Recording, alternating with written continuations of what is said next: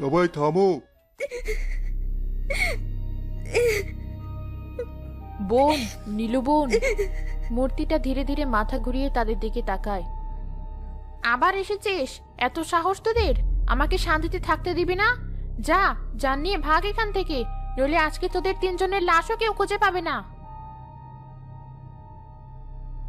আমরা তোমাকে জ্বালাতন করতে আসিনি বোন, আমরা তোমার মনের কষ্ট দূর করতে এসেছি, তোমার অপূর্ণ শখ পূরণ করতে এসেছি। শখ? আমার কোনো শখ নেই। আমার সব শখ ওই জব্বার মোরলে পুকুরের তলায় ডুবিয়ে দিয়েছে। তোরা আমাকে কি দিবি?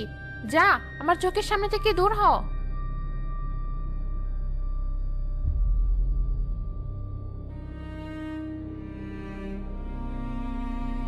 এই দেখো বোন, তোমার জন্য এনেছি। তুমি না একটা লাল শাড়ি পরতে চেয়েছিলে? আর আর এগুলো আপনার পছন্দের সবুজ কাচের চুড়ি। আমি আমি ফেরিওয়ালা, আমি আপনার জন্য এগুলো এনেছি। আমাকে মাফ করে দিয়েন। চুড়ি? আমার চুড়ি? সে আমার সব চুড়ি ভেঙে ফেলেছিল, আমাকে পরতে দেয়নি। আমরা সব জানি বোন, সব জানি। এই দেখো, তোমার জন্য আলতাও এনেছি, আর এটা তাজা ফুলের মালা। আজকে আমরা তোমাকে নতুন বউ সাজিয়ে দেব, তোমার কোনো ইচ্ছা আর অপূর্ণ থাকবে না। আমি তো শুধু এটুকুই চেয়েছিলাম, শুধু একবার শখ করে সাজতে। এর জন্য আমার জীবনটাই সে নিয়ে নিল। যে তোমার উপরে এই অবিচার করেছে সে তার শাস্তি পেয়ে গেছে মা। জব্বার মুরল কয়েক বছর পরই সাপের কামড়ে বিনা চিকিৎসায় তরপাতে তরপাতে মারা গেছে। আল্লাহ তার বিচার করেছেন। এখন তোমার মুক্তি পাওয়ার পালা। তুমি এই জিনিসগুলো গ্রহণ করো মা, আর এই গ্রামের মানুষগুলোকে তুমি ক্ষমা করে দিও। আমরা তোমার জন্য কিছুই করতে পারিনি। ফাতেমা শাড়ি, চুড়ি, আলতা আর ফুলের মালা ঘাটে সিঁড়িতে আত্মার সামনে সাজিয়ে রাখে।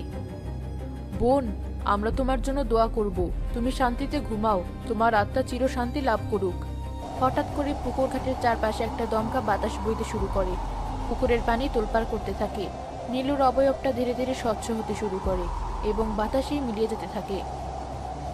এত বছর পর আমি শান্তি পেলাম, তোমরা আমাকে মুক্তি দিলে। বাতাস থেমে যায়, পুকুরের পানি আবার শান্ত হয়ে আসে। ঘাটে সিঁড়িতে সাজিয়ে রাখা জিনিসগুলো পড়ে থাকে, কিন্তু সেই সাদা কাপড়ের মূর্তিটা আর সেখানে নেই।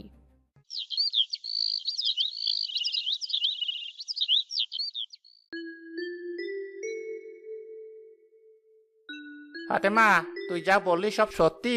আত্মারা সত্যি সত্যি চলে গেছে? হ্যাঁ বশির ভাই, নীলবন মুক্তি পেয়েছে, তার আর কোনো কষ্ট নেই।